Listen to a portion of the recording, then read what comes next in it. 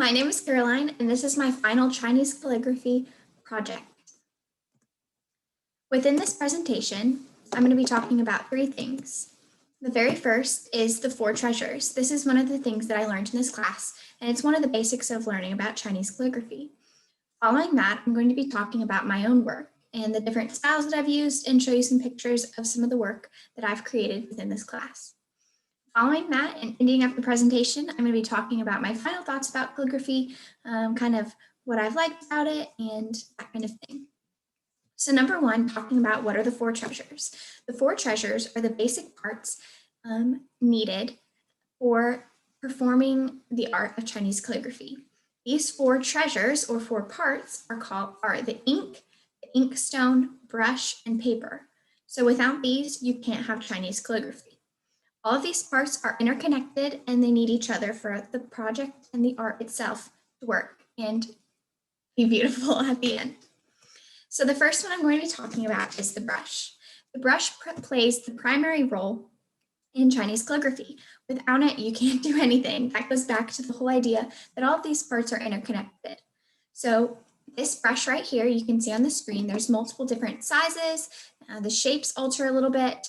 You can see how no brush is exactly the same as the others. I mean, some can be created to be similar, but you can have all different kinds of brushes. You can also see the different types of hair. Some are white, some are black or darker, like a brown color. And that's because different animals contribute to the hair of these brushes. So you can have hair from goats, from weasels, from horses, all different kinds of animals can contribute to the hair of these brushes. And depending on the hair can also determine the kind of smoothness, softness of the bristles, all that kind of thing. So calligraphers will often choose the type of hair that will give them the feel that they want.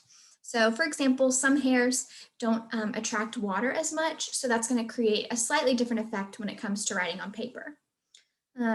Now, as far as the origin of these brushes, General Meng Tian of the Qin dynasty is credited for the creation of these brushes. That's because they needed a solution to write better for Chinese calligraphy, and it's obviously stuck because brushes are used still today and are quite beautiful and elaborate in themselves.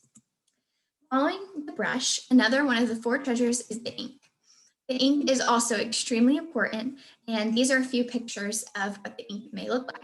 There's two different forms of ink. On the far right, you see this liquid ink, and that's what I personally used during this class was the liquid ink, and it's already pre-mixed with water, so you don't have to, you can add more water if you want, but you don't have to.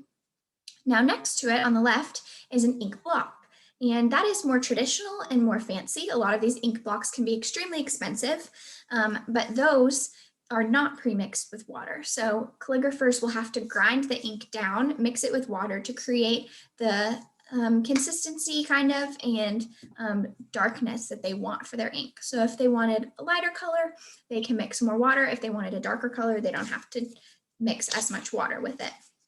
So the ink sticks just give calligraphers a little bit more control over the type of look that they're getting when they do their Chinese characters. This ink is often black. That's the most traditional. You won't really find it in another color. And it lasts a really long time on the paper, which is really, really good.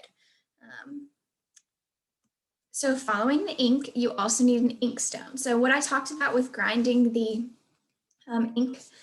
ink blocks down, this is what you would grind it on. And this is an inkstone. This is why it's so important.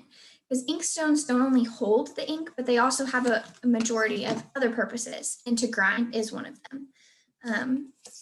They can be in all different shapes and sizes, and they can be decorative works of art in themselves. You can see some of these have really elaborate designs on them that are really beautiful and like works of art on their own without anything else. So some are bigger, some are smaller. It just kind of depends on which kind that you want, but it is necessary if you want to do Chinese calligraphy to have an inkstone.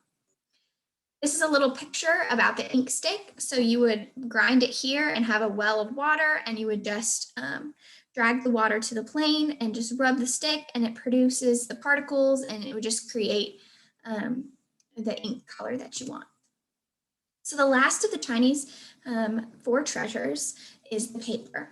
So you can see in this picture in the bottom right, this is what the paper will look like. It's often called rice paper because it's made with rice, and it's extremely absorbent. So the ink really just soaks into that paper and just has a very good absorbency.